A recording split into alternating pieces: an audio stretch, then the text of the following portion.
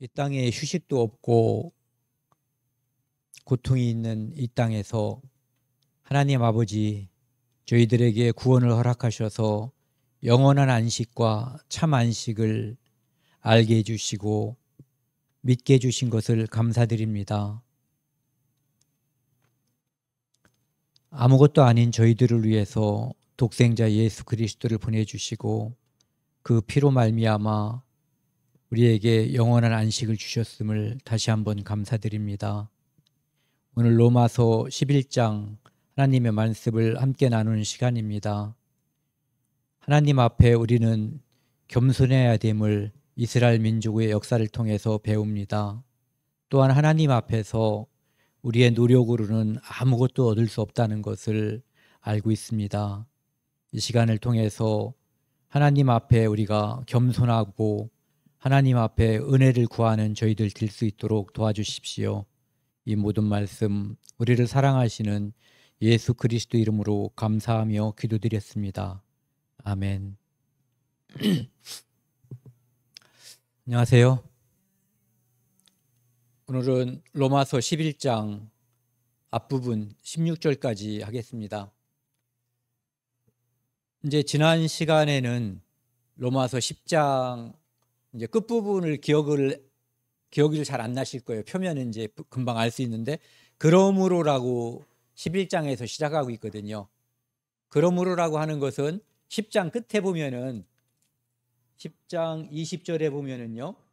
이사야는 매우 담대하여 내가 나를 찾지 아니한 자들에게 찾은 바 되고 내게 묻지 아니한 자들에게 나타났노라 말하였고, 그러니까 이사야 선지자는 하나님을 찾지 않았던, 아브라함은 하나님을 찾았던 사람이 아니거든요. 그런데 아브라함에게 나타나서 이스라엘 민족이 형성이 된 거예요. 그뿐만 아니라 이방인들은 하나님을 찾지 않았어요. 그런데 하나님께서 이방인들에게 은혜를 주심으로 이방인들이 하나님을 부르게 된 거예요. 그리고 이제 21절에 보면은 이스라엘에 대하여 이르되 순종하지 아니하고 거슬러 말하는 백성에게 내가 종일 내 손을 벌렸노라 하였느니라. 그러니까 하나님께서 이스라엘에게 순종하지 않지만 하나님은 이렇게 손을 벌리고 있었다는 얘기예요. 그들을 받아들일 수 있게 받아들이려고 늘 기다리셨다는 거죠. 어떤 마음으로? 사랑하는 마음으로, 품어줄 마음으로. 그런데 그 예수님도 그 말씀하셨잖아요. 예루살렘아 예루살렘아 내가 암탉이 병아리를 이렇게 품으려고 한 것처럼 너희를 모으려 한 적이 몇 번이더냐. 이스라엘은 그것을 응하지 않은 거예요. 원치 않았던 거죠. 그래서 이스라엘은 축복을 받을 수가 없었던 거예요. 저주를 받게 된 거죠. 그런데 그 축복이 우리 이방인들에게 오게 되는 계기가 거기에서 생겼던 거죠. 여기서 이제 그러므로가 바로 이스라엘이 순종하지 않음으로 하나님께 내침을 받았던 거예요. 내가 말하노니 하나님이 자기 백성을 버리셨느냐. 하나님은 그 백성을 한번 선택하면 버려요, 안 버려요? 인간이 하나님을 떠나는 것이지 하나님은 지금까지도 선민 이스라엘, 아브라함을 선택하시고 이삭, 야곱, 그 다음에 애굽에서 나올 때 그들을 선택하셨어요. 선민으로. 그리고 그들을 먼저 해방하셨죠. 그들을 오늘날로 말하면 구속한 거예요. 그래서 자기 백성을 만들어 주셨죠.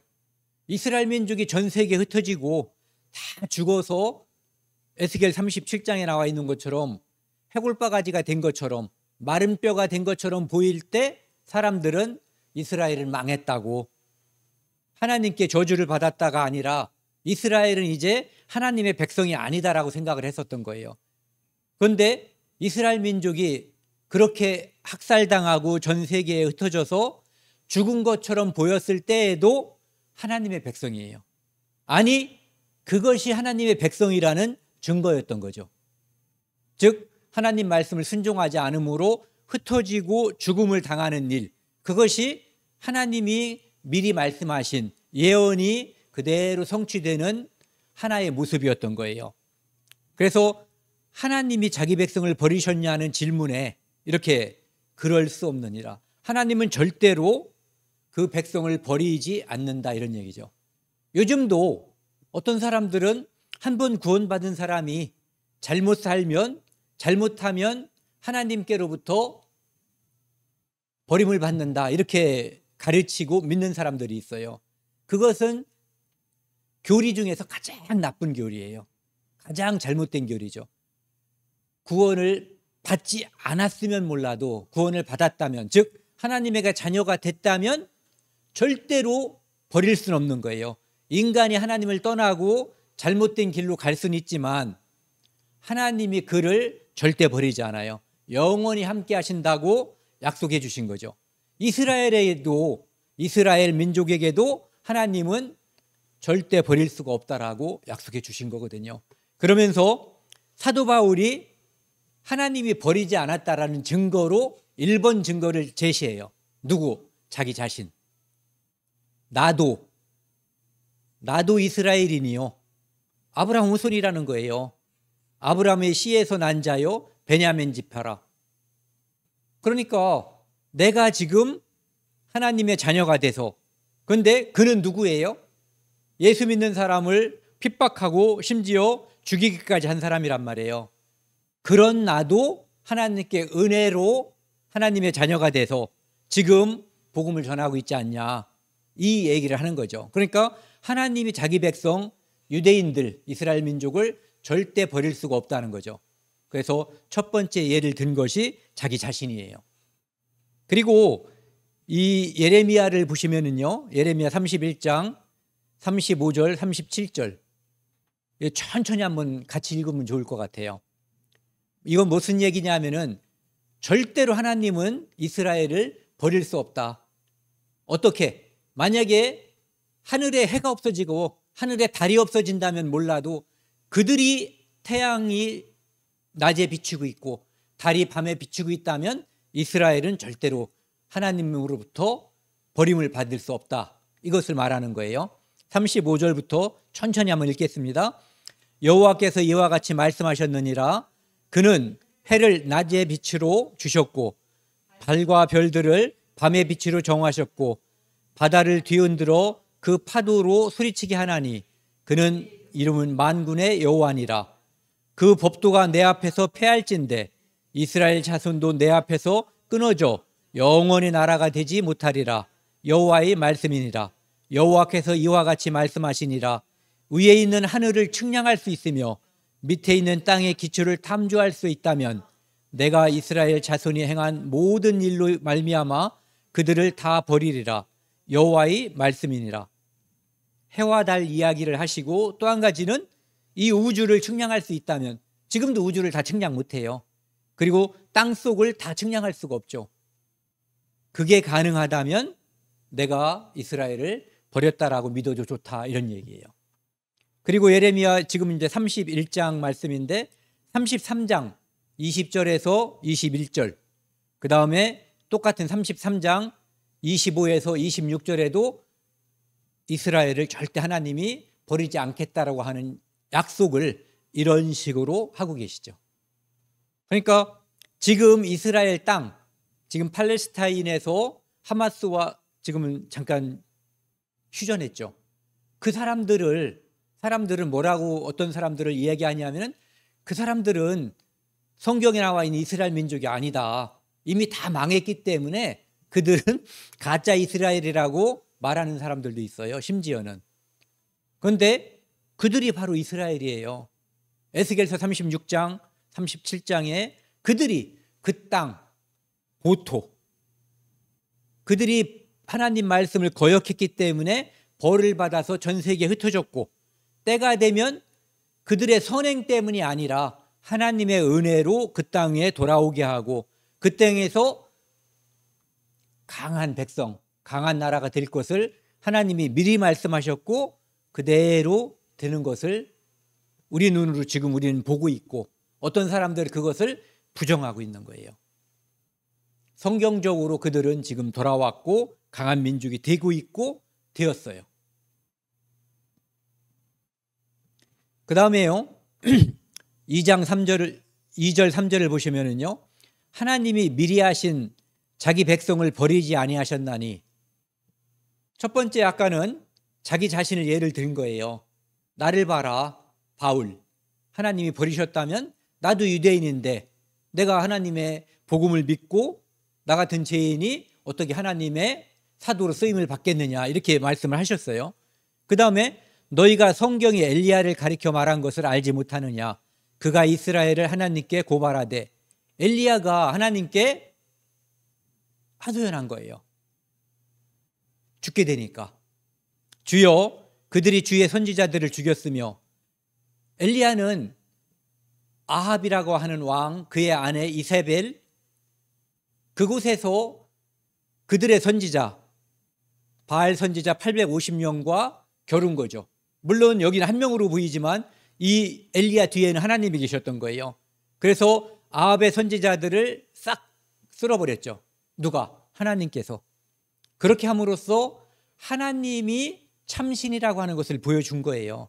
그런데도 불구하고 나중에 이제 이세벨이 이 엘리야를 찾아서 죽이려고 하니까 의기소침해지고, 그걸 어떻게 설명해야 될까요?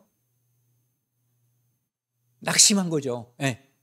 믿음이 충천했다가 이게 확 사라져버린 것, 이렇게 돼버린 거예요.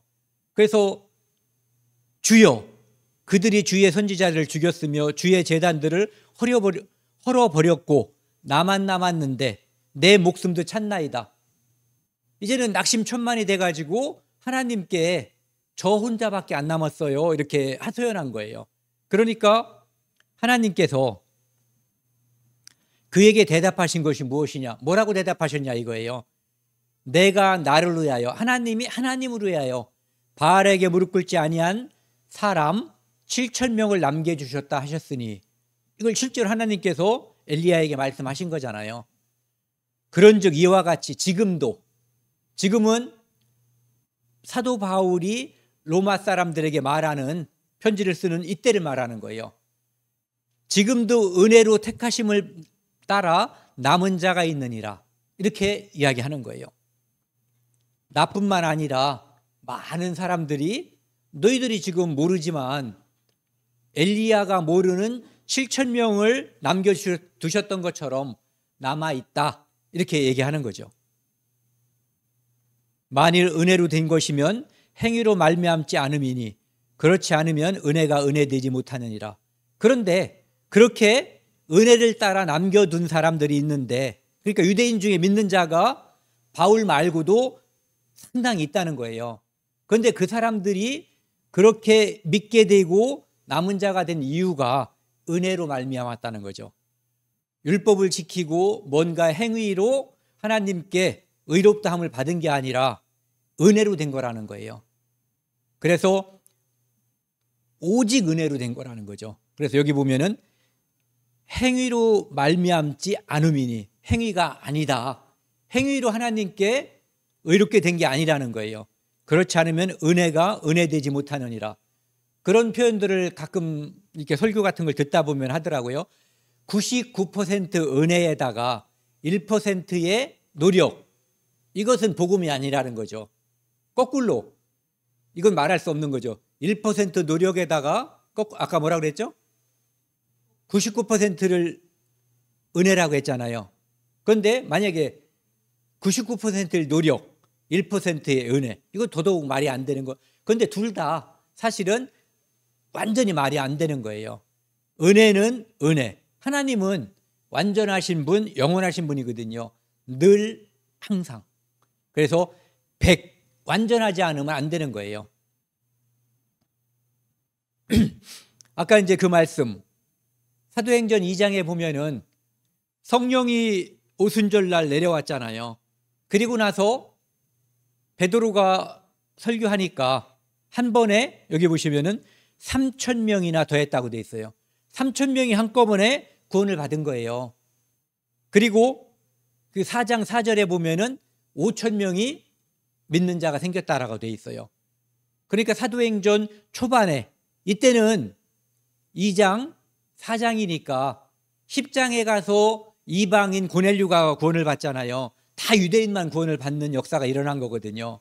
그러니까 적어도 엘리야 때 남아 있었던 7천 명보다도 더 많은 숫자가 있었던 거죠.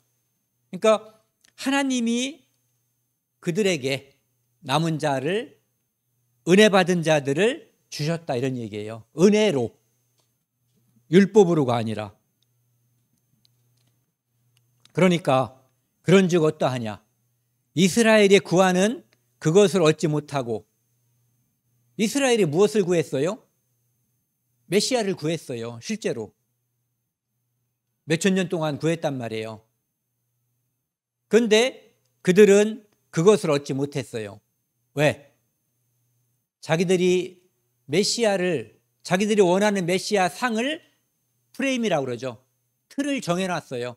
우리가 원하는 메시아, 우리가 원하는 왕은 이런 모습인 거예요.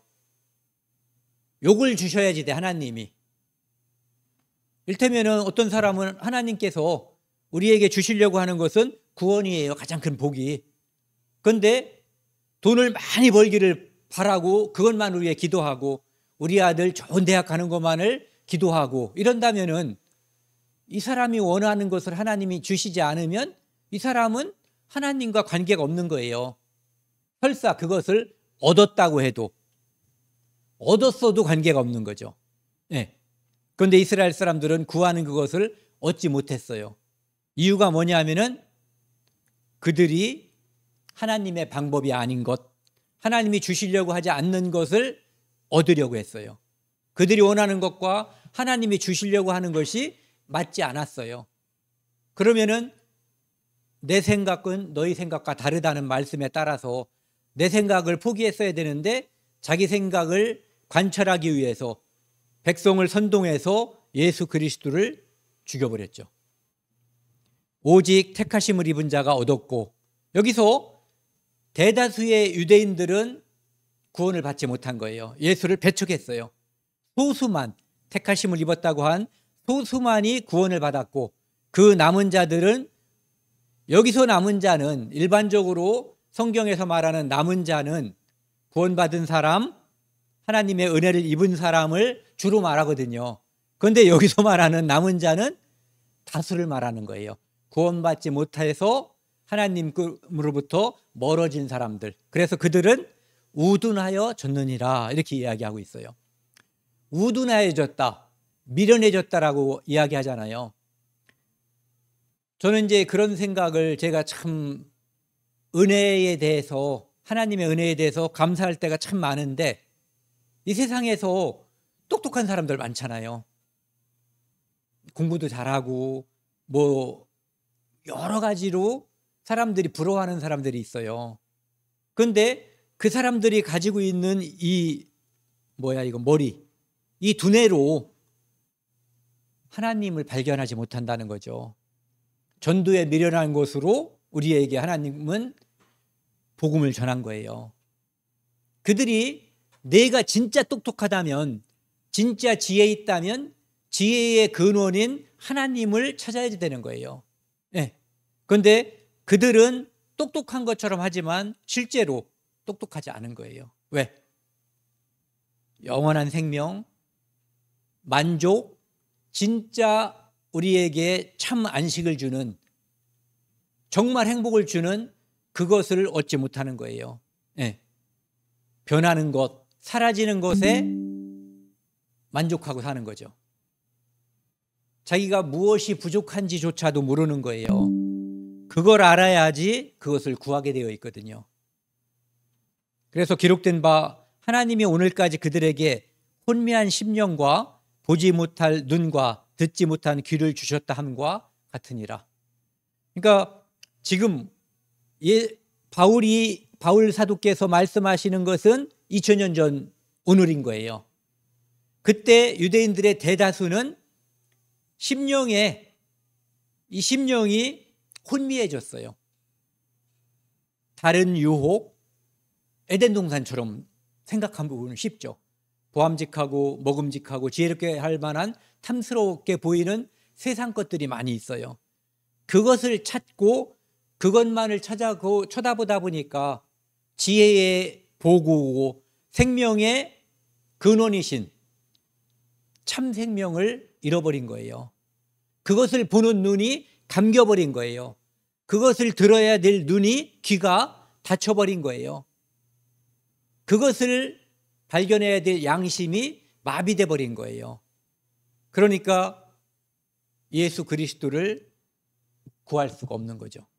그런데 그것은 그 당시에 유대인뿐만 아니라 오늘날 그리스도인이라고 말하는, 그들은 그리스도인이라고 부르지만 또는 종교 이렇게 뭐라고 그래요? 통계조사할 때는 그리스도인이라고 동그라미를 치지만 실제는 그리스도인에 속하지 않는 사람들이 똑같이 유대인들이 범했던 그 잘못을 지금도 범하는 거예요.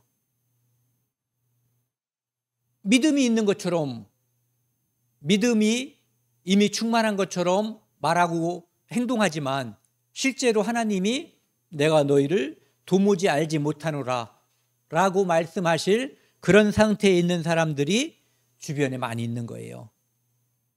유대인의 모습과 지금 종교인의 모습, 특별히 기독교 신자라고 하는 사람들의 모습을 우리가 견주어서 생각해 볼 필요가 있어요.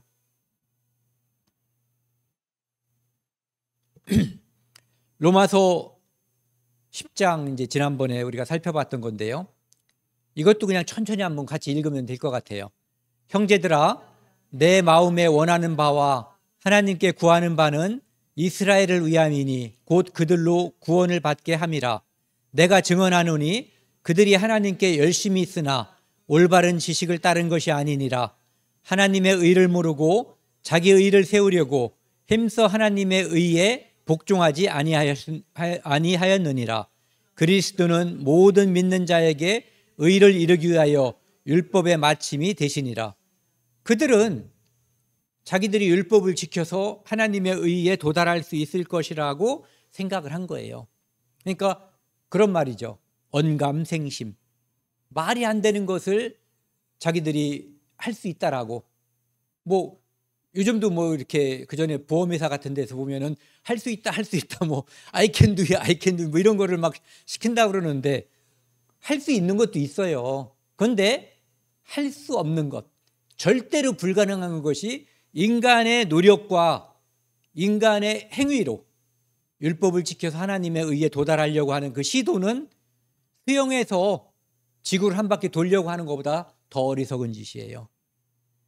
그래서 하나님은 모든 믿는 자에게, 그리스도는 모든 믿는 자에게 의를 이루기 위해서, 인간은 자기 의로 하나님의 의에 도달할 수 없으니까 그 의를 주신 거예요. 칭의. 예수 그리스도의 피를 주셔서 그 피를 믿는 자가 심판을 넘어가게끔 하나님이 의롭게 봐주시게 된 거죠.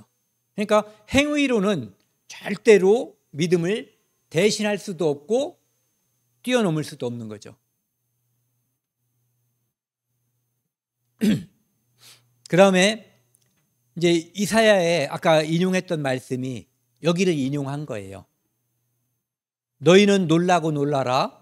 너희는 맹인이 되고 맹인이 되라. 그들의 취함이 포도주로 말미암지 않으며 술 먹어서 취한 게 아니란 얘기예요. 그들의 비틀거림이 독주로 말미암음이 아니니라. 포도주 먹어서 그런 것도 아니고 독한 술 먹어서 그런 것도 아니라는 거예요. 10절은 같이 읽겠습니다. 대저 여호와께서 깊이 잠들게 하는 영을 너희에게 부어주사 너희 눈을 감기셨으니 그가 선지자들과 너희의 지도자인 선견자들을 덮으셨습니다. 사람들이 엉뚱한 데 마음을 두고 엉뚱한 데 꿈을 두는 거예요. 하나님이 주시는 걸 받으려고 하는 게 아니라 자기들이 하나님이 주시려고 하는 것을 뛰어넘는 뭔가를 성과를 내려고 이루어내려고 하는 거죠. 여기 보시면은 깊이 잠들게 하는 영을 너희에게 줬다고 그랬는데 그것은 그들이 하나님의 뜻과 관계없는 짓을 하니까 하나님이 지난번에 말씀드린 거로 표현한다면 내어 부려뒀다 이런 얘기예요. 예. 유혹의 영이 역사하니까 따라가게 둔다는 거예요. 그냥 그래서 신명기 29장 4절에도 보면은 깨닫는 마음, 보는 눈, 듣는 귀, 그것을 하나님이 주지 않았다는 거예요.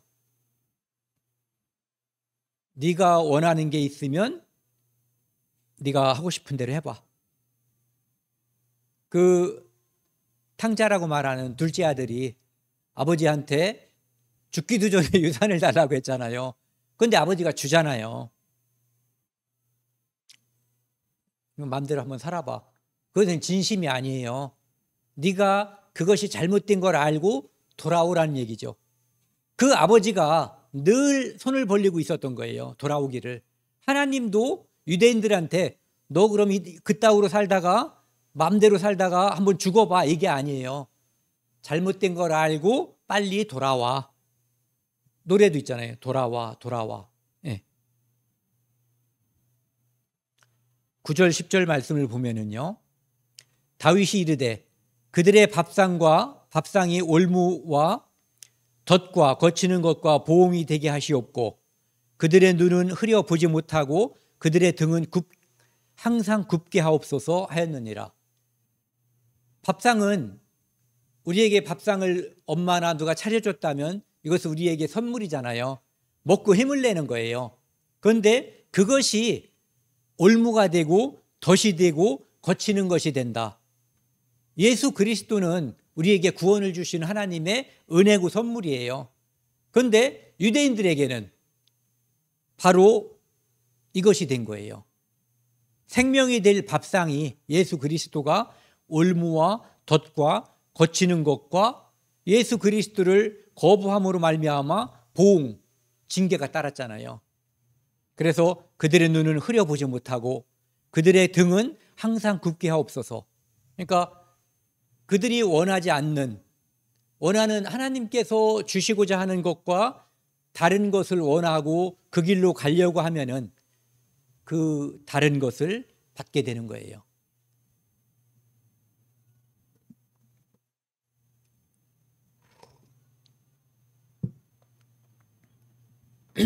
그러니까 이 말씀은 앞에 있었던 말씀과 사실 문맥상 이해를 또 한 번 들어준 것처럼 보이는 거죠. 그래서 로마서 9장 33절에도 보면은 예수 그리스도를 가리켜서 걸림돌이라는 표현을 쓰고 있는 거죠. 11절 12절 말씀을 보면은요, 그러므로 내가 말하노니 그들이 넘어지기까지 실족하였느냐? 그럴 수 없느니라. 여기서 넘어지기까지 실족하였느냐? 그러니까 쉽게 말하면은 다시는 재기할 수 없게끔 완전히 끝났느냐? 이런 질문인 거예요. 그런데 그게 아니라는 거죠. 하나님은 재기할 수 있는 기회를 뭐라 그러죠? 1막이 실패라면은 2막이 준비되어 있다는 거예요. 2막까지 만약에 실패라면은 3막이 준비되어 있다는 것을 이야기하는 거예요. 그럴 수 없느니라. 그들이 넘어짐으로 구원이 이방인에게 이르러 이스라엘로 시기나게 함이니라. 그러니까 이스라엘이 예수 그리스도를 배척함으로 이 구원이 어디로? 이방인에로 갔잖아요. 그러니까 그것을 말하면서 사도 바울도 이제 그것을 말하는 거죠. 내가 이방인들에게 복음을 전하면 원래 하나님의 백성이었던 유대인들이, 자기들이 개돼지로 알았던 사람들이 하나님을 찬양하고 할렐루야 하나님을 칭송하니까 화가 나고 시기 질투가 난다는 거예요. 그렇게 해서 그럼 나도 믿어야지, 아니면 나도 그러면은 저놈들보다는, 이방인보다는 하나님 앞에 내가 칭찬을 받아야지, 내가 상을 받아야지, 이런 마음을 생기게 하기 위함이라, 이런 얘기예요. 이방인에게 이르러 이스라엘로 시기나게 함이니라, 이렇게 되어 있죠. 그래서 그들의 넘어짐이 세상의 풍성함이 되며, 이스라엘이 예수님을 믿지 않고 예수님을 배척함으로써 그들은 넘어졌어요. 그들은 2000년 동안 엄청난 환난을 당했죠. 그런데 그것이 이방인인 우리에게는 은혜의 보고, 생명의 원천이신 예수 그리스도가 우리의 구세주가 된 거예요. 우리는 풍성함이 된 거예요. 세상의 풍성함이 되며 이방의 풍성함이 되며 그들의 실패가 이방인의 풍성함이 되거든 하물며 그들의 충만함이리요. 그러니까 언젠가, 지금 시기를 말하지 않지만 사도 바울은 그들이 넘어졌을 때 이방인이 이렇게 잘 됐는데 유대인들이 잘 되고 유대인들이 하나님의 은혜를 입을 때쯤이면 유대인이 받을 축복과 맞닥뜨려서 이방인들에게 임할 축복이 얼마나 더 크겠느냐, 이렇게 이야기하는 거죠. 이를테면은 천년왕국 때 천년왕국의 주인공은 유대인이에요. 예수 그리스도를 빼면은 유대인이란 말이에요. 그런데 예수 그리스도가 왕으로서 다스리지만 예루살렘을 중심으로 한 이스라엘 왕국, 그러니까 이 왕국이 이 세상의 중심이 되는 거거든요. 그런데 이스라엘만 축복을 받는 게 아니라 그 땅에 남아있는 모든 사람들에게 에덴 동산과 같은, 우리가 들어는 봤지만 한 번도 경험하지 못한 그러한 정말 풍성하고 아름다운, 죽음이 없고, 아니 죽음이 없는 게 아니죠, 그 오래 살고 해함이 없는 것, 사자와 독사 이런 것들이 풀을 뜯고 애들을 해치지 않는 그런 세상을, 그 충만함을 맛볼 수 있는 때가 올 거다, 이런 얘기예요. 그것의 시작은 유대인의 회복으로부터 시작되는 거죠. 그것을 이제 암시하는 거예요. 그러면서 이제 13절에서 16절, 오늘은 16절까지만 할 겁니다. 내가 이방인인 너희에게 말하노라. 로마 사람들에게, 이방인들에게 말하는 거예요.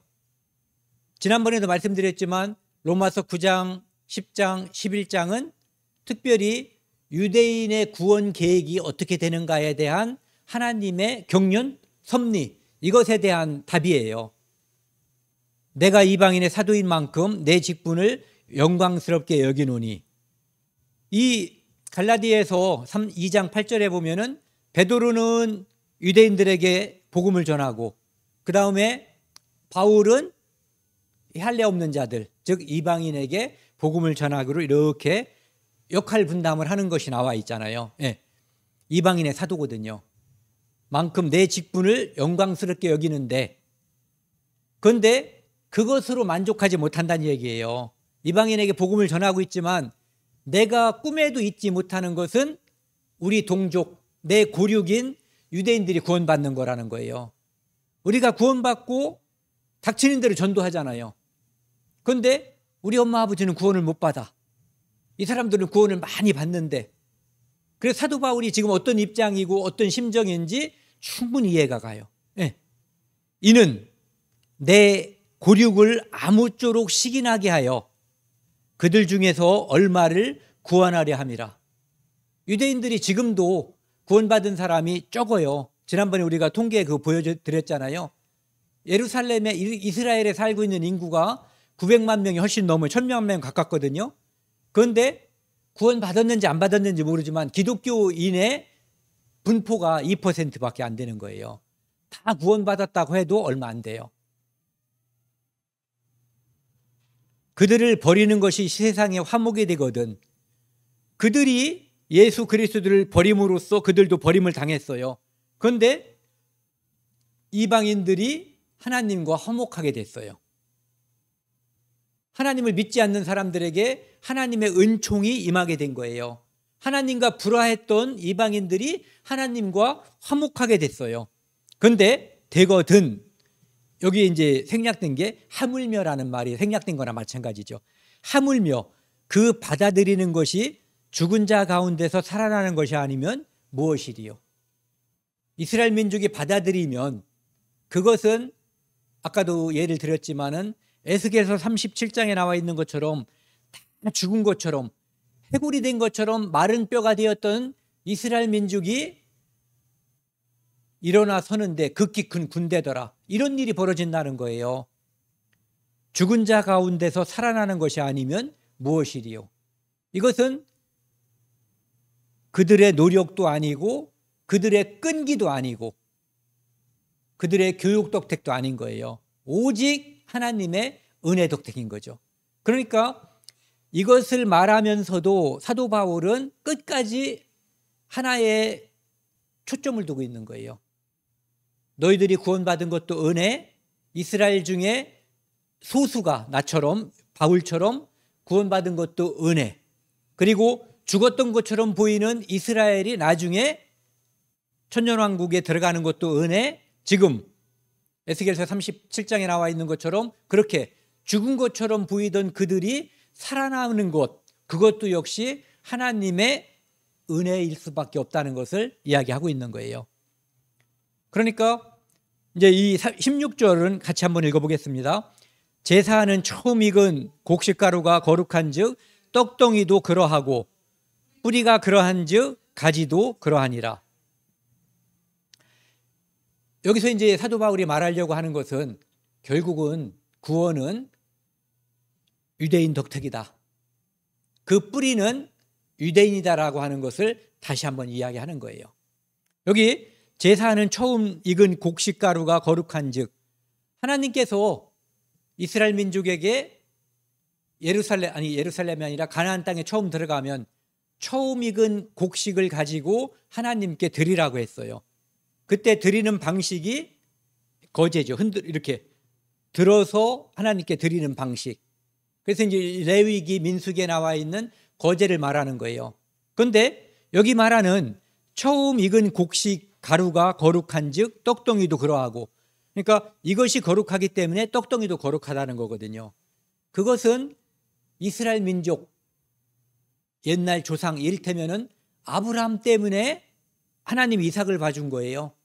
아브라함 때문에 야곱을 봐주고, 아브라함 때문에 그 계보가 이어져서 예수 그리스도까지 쭉 이어져 오거든요.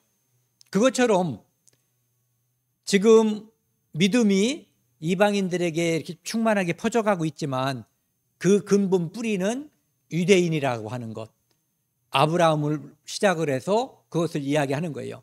그 다음에 또 한 가지는 우리가 이 거제의 의미를 다시 생각을 해보면, 거제로 하나님께 첫 번째로 드린 제사가 예수 그리스도라고 볼 때 나머지 거기에 붙어있는 곡식단이 바로 우리들이거든요. 누구? 교회. 예. 그 교회는 유대인도 교회에 포함되고 이방인도 교회에 포함되는데 그 거제의 첫 단이 바로 예수 그리스도인 거예요. 그래서 유대인에 의해서 그 조상들이 드린 그 제사를 이야기하고 있는 거죠. 그래서 이 곡식단이 거룩하니까 이 곡식단을 털어서 만든 이 떡덩이가 거룩하다는 거예요. 그리고 뿌리가 거룩한즉 가지도 그러하리라. 그러니까 뿌리는 더 이해하기가 쉽죠. 아까 말씀드린 아브라함, 이삭, 또 야곱, 이런 것으로부터 쭉 이어지는 믿음의 뿌리, 그것이 있기 때문에 지금 이방인들이 구원받는 그 일도 있을 수 있다라고 하는 것을 이야기하는 거죠. 그러면서 그 모든 일은 하나님의 은혜 가운데서 있어진 일이다, 벌어진 일이다라고 하는 것을 말씀하시는 거예요. 그래서 이제 오늘은 여기까지 하고요. 다음에 17절부터 보면은 그 젖붙임의 비유를 가리켜서 이제 이방인들과 유대인들, 그리고 이 뿌리, 원뿌리의 원가지의 소중함과 중요함, 이것을 이제 설명하고 있습니다. 오늘은 여기까지 하겠습니다. 우리가 은혜로 구원받았다는 거, 이것을 하루하루, 하루에도 수없이 생각해 보면 좋을 것 같아요. 우리에게 주어진 모든 것이 다 은혜였고 은혜일 수밖에 없다는 것을요. 함께 기도하시겠습니다. 하나님 아버지, 감사합니다. 이스라엘 민족이 하나님을 거역함으로써 우리에게 그 은총이 임했음을 성경을 통해 알게 되었습니다. 이스라엘 민족이 교만함으로써 하나님의 은혜를 받아들이지 못했습니다. 저희도 교만을 물리치고 항상 겸손한 마음으로 은혜를 사모하는 그런 사람이 되고자 합니다. 올해 한 해가 이제 거의 다 가고 있습니다. 우리 가족들, 사랑하는 친지들, 아직 구원받지 못한 사람들 올해 안에 꼭 전도할 수 있었으면 좋겠습니다. 하나님 저희에게 담대한 마음을 주시고 전도하는 마음을 주시고 또 그들의 마음을 열어주셔서 구원받는 역사가 이루어져서 하나님께 영광이 되는 그런 한 해가 되기를 원합니다. 도와주십시오. 이 모든 말씀 우리를 죄악에서 영원히 용서해 주신 예수 그리스도 이름으로 감사하며 기도드렸습니다. 아멘.